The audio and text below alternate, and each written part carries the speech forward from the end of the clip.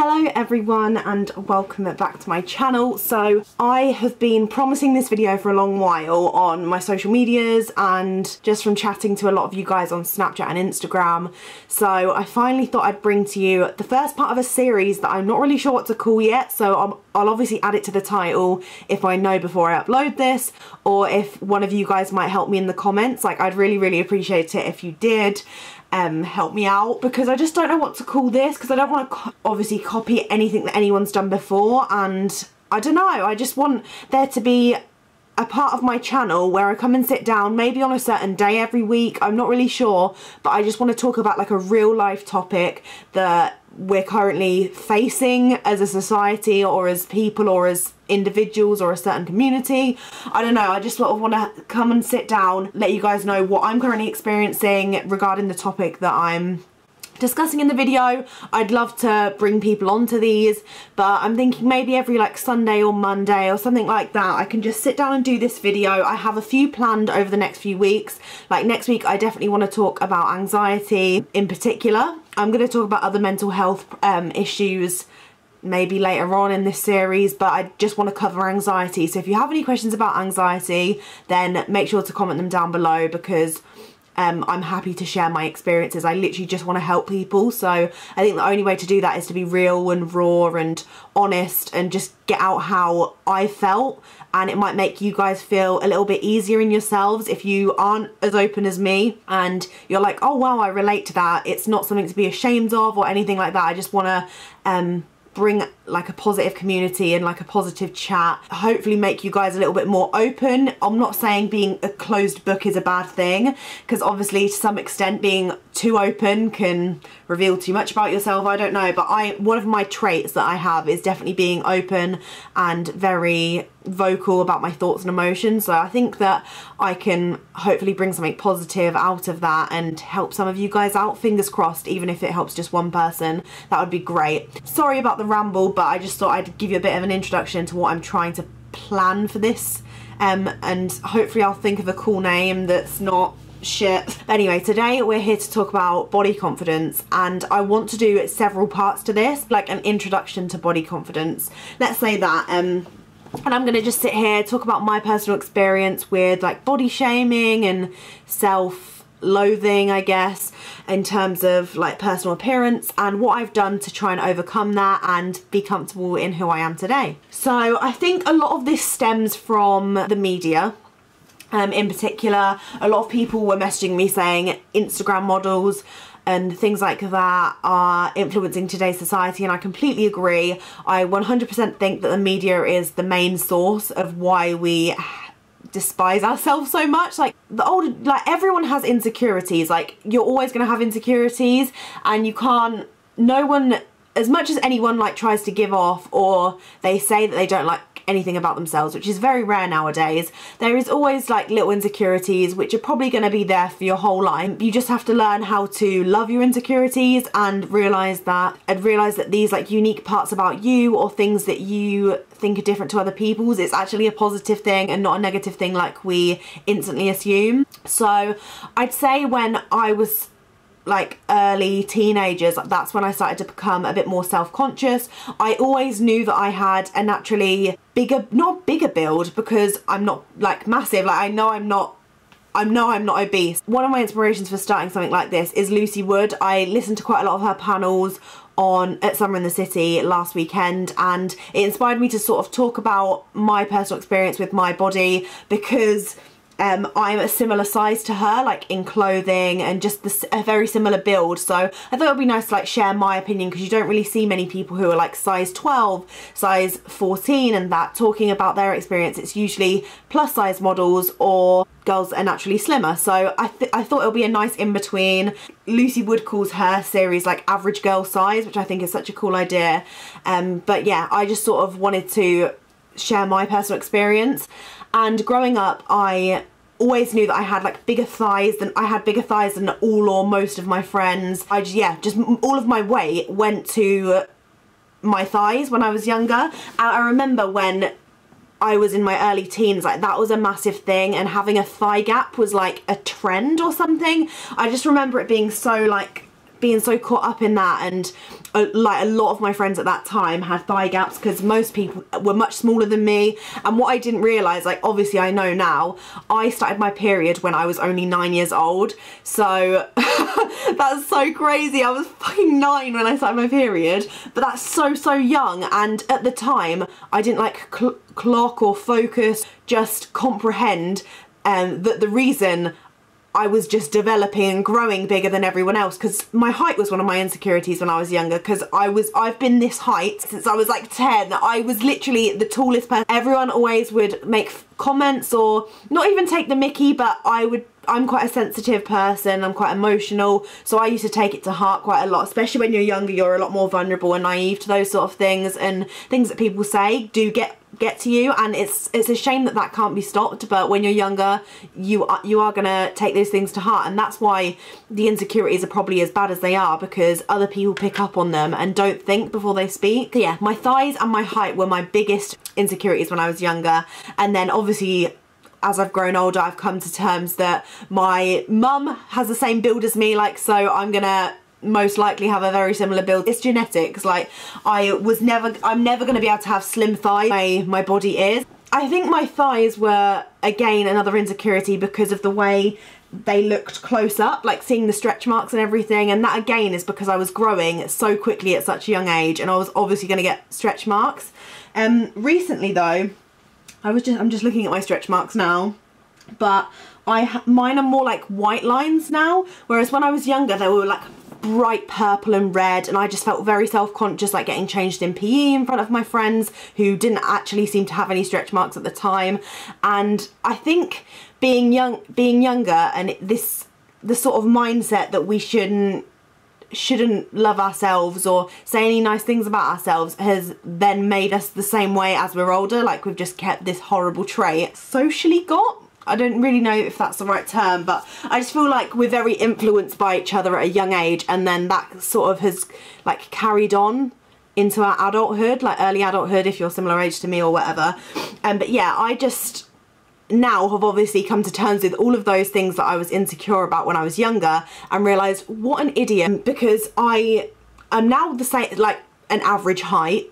Everyone is now growing taller than me. Like, my brother is 3 years younger than me, and he is so much taller than me. It's just I grew earlier, and I just felt so self-conscious because I remember when I was really young, like 12, 13, and I had like little boyfriends in year 7, and they'd be like, oh, I don't want to go out with Charlotte, she's so tall, and stuff like that would really get very upset and hurt by those comments. And like, obviously I clearly am, because I still remember those comments today, and I don't know, all my girlfriends at the time were all smaller than me, like petite and smaller in height, so I don't know, I think that's just what made it worse.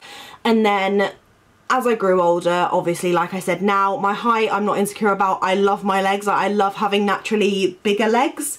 They're not big, they're just chunky thighs, you know? And I'm quite happy with the way they are. Like, if you wanted to know, like, I'm a size 12 on my top and bottom. Sometimes my bottom varies because of the whole Fiat 500 Twitter comment, but my thighs are obviously a very different size to my waist, so jeans never fit me properly, so I sometimes have to go up a size and then just wear a belt instead. It's just a very difficult situation. But yeah, I'm mainly a size 12 on my top and bottom, and I'm totally cool with that. Like, I just really like the way that I look at the minute. Obviously there are times when I'm eating really shit, and that makes me feel generally like shit as a whole in my body. Like, my body just doesn't feel right, not in terms of aesthetics, but it just feels really grim if I've been eating really bad food. So I will go to the gym. Like, I have a gym membership, but I don't feel like I have to go to lose weight anymore. It's the best thing that could happen, really. I personally would like my stomach slimmer, but there's no pressure to do it. Like, I'm not on a strict diet or anything. I'm eating what I want. I'm living my life. I'm not letting a diet restrict me from doing anything that I want to, or going out with friends or socialising or whatever I want to do. I'm literally not letting it affect me at all. But when I do have the time, which I rarely do at the minute, to be honest, because I've just been working constantly, I've been going to the gym to do a bit of cardio, improve my fitness levels, and I just want to be able to be like agile for the majority of my life. And then I do want to tone up my stomach, I want to tone up my thighs, I just want to tone things. It's not specifically now that I want to lose weight. Like if I stood on the scales, I'd probably be a little bit like shook because I haven't seen a number that high in a while. But this time last year I managed to lose 2 stone because I was so self-conscious. I was in a horrible state of mind, which I will talk about in one of these videos in the future. But I literally hated myself because of the bullying that I went through throughout sixth form, throughout late secondary school. It really affected my life, and it still has today. I'll sometimes just have panic attacks because I'm in my hometown and I don't feel comfortable here, and it reminds me of things. So all of that added up together made me just hate myself because I had so much hate and negativity around me that it made like sort of impacted on myself. And I think that's again why I can't sleep at night. If you've been watching my vlogs, you'll know I can't really sleep very well because of several things that have happened this year. But I think the underlying reason why I haven't been able to sleep in the last few years is because of all the stuff that I went through at school. And I'd come home every day like and cry in my bed, and I think that's why I associate this room with just sad times from school and just coming back here in such a negative headspace that it sort of affected my body like physically, which is so strange because in my head I know I'm over that. In terms of my head, I've progressed from that state of mind, but I think my body just generally associates this room with how I felt, and it's just, I don't know, it's really weird. But anyway, I'm going a bit off topic. Now I am still insecure of certain things in my body. I used to be insecure until like the last year of my birthmark, which I have here. I don't know if you'll be able to see it, but it's really strange. A lot of people pick it out or be like, oh, there's something on your chest, but it's like these weird bumps that are on my chest. That used to be something that I was insecure about up until last year, and now I've realised like, oh, it's such a cool thing to say, you know, when people are like, oh, fun fact about you, I'm like, oh, I've got this weird birthmark here. Something to talk about, it's something different. No, I just really see it now. If you've got something like a birthmark or something that's just not generally seen as conventionally attractive, I genuinely think it's so attractive when people are confident and are happy to show that they've got a strange birthmark or something out of the ordinary. I just really see it as a positive thing. And I think that the main reason why I have become body confident is because of uni. Like, uni has saved me in so many different ways. My mental health, it's helped my mental health ridiculously, which has had just an impact on every part of my life, and that is why I'm so positive about life, about my body, about other people. It's just it's just made my life. Uni has made my life. I'm just laughing so I don't cry because I know I can get really emotional when I'm talking about uni because it's literally changed my world. Not only has uni impacted my mental health, but it's also allowed me to make more friends, which is the people who watch my videos. I chat to so many of you on Snapchat, and it just makes me, it just literally warms my heart because I had so many awful experiences with friendships at school that it's like I've got this massive like group of positive friends that, although I don't know personally, I haven't met most of you in person, it's just nice that I can sit there and just chat to any of you whenever I want to. It just makes me feel so happy. But yeah, my insecurities now are sort of just days when I feel a bit tired and stuff, then I start to pick up on bits on myself that I don't like, but I think it's literally just me being tired and all grumpy and moany, because when I'm in like a good mood or I'm wearing a nice outfit, I will literally be like, oh great, I feel really confident and great in this today. And it's not, you shouldn't be afraid to say that you look nice. Like if you put like a lipstick on, you'd be like, wow, my makeup is sick today. You should just say it, and it should be a thing that we speak out now. And I think Hannah Witten on one of the Summer in the City panels, when she was standing on the microphone, and everyone was sort of looking at each other when she said that she thought she was attractive, and we shouldn't do that. Like, we shouldn't be like, what? I can't believe she said that. But obviously that isn't a normal response from everyone, because you don't hear people say nice things about themselves, or if they do say nice things about themselves, they get accused of being cocky, and it's just this like massive cycle. Like, you can never be right, or you can never please everyone, and which is a stress, and obviously that's not going to be easily overridden. I am now very insecure on days, like you might have noticed in like my Instagram photos until recently, where I've actually been posting a lot more, I always had my arms covered. I just really think the tops of my arms are really wide and it makes me feel uncomfortable, and I just felt really broad and masculine.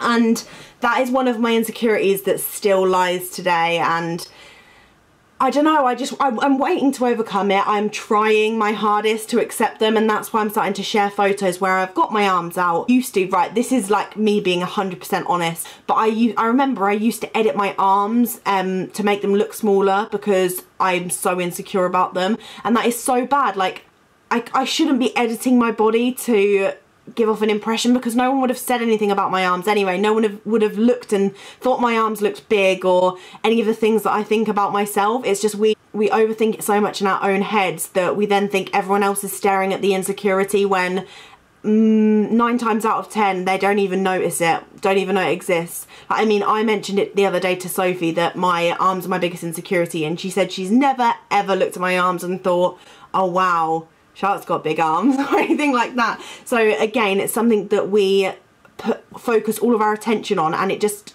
builds up this negativity that is not needed. And yeah, so yeah, I'm still working on my arms. Like, I'm not gonna lie and say that I'm completely confident in everything about myself, because that would just be so untrue, and it wouldn't be fair to like try and lie and pretend I love myself so much when that is definitely not true either. But I've learnt to be more accepting when people used to compliment me. I literally would freeze or just try and like laugh it off or something, or be like, no, and disagree with them. Whereas now I'm like, oh, thank you, that's really nice that they've took the time out of their day to compliment you. You should just thank them. And I know probably a lot of you sitting here watching this video will do the same. You'll probably disagree with someone if they compliment you.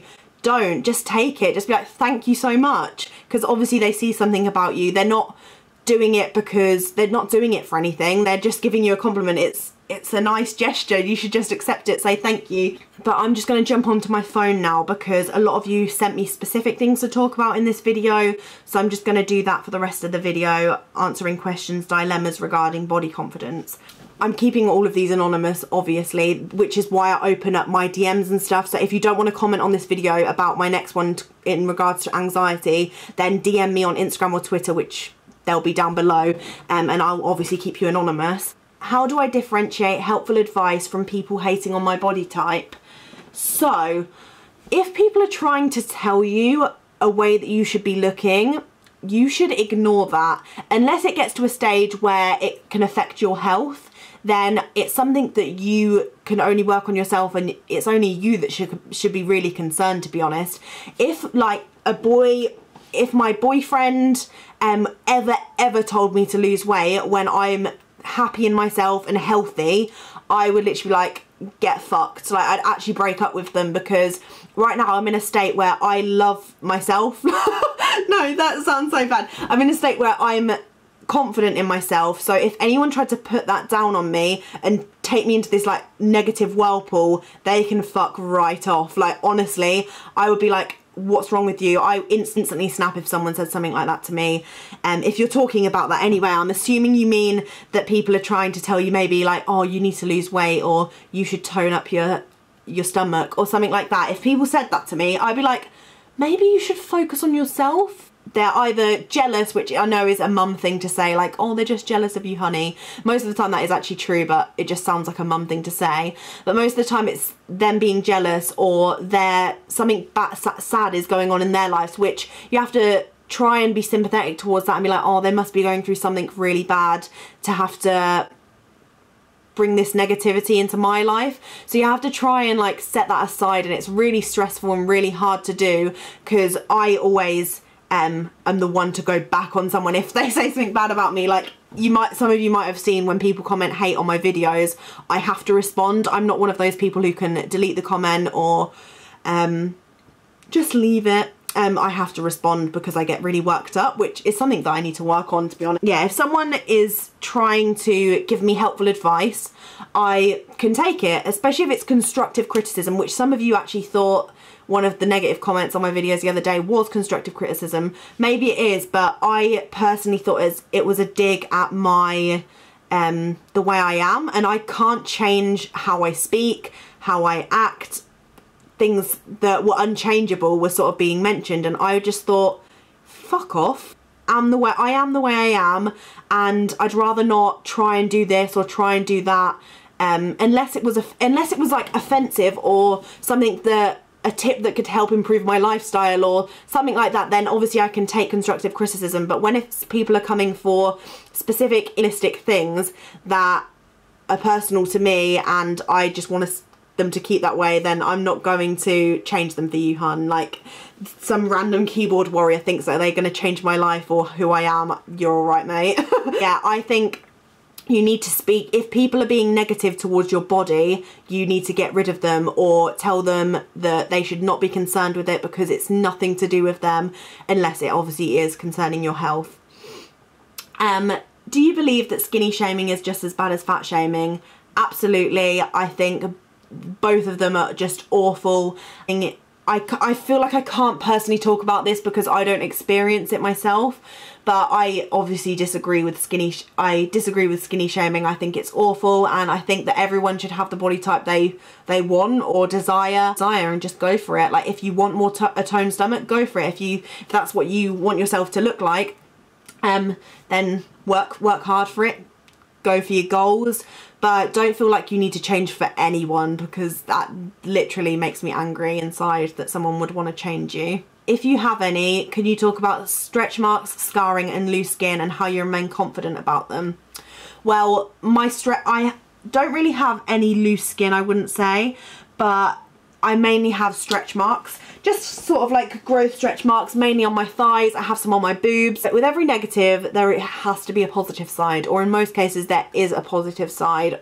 Obviously there are some exceptions to that, but my boobs have just grown significantly because I changed my pill, and that's caused more stretch marks on my boobs. And obviously it was quite a negative thing that I'm getting the stretch marks, which it shouldn't be because it's a natural process.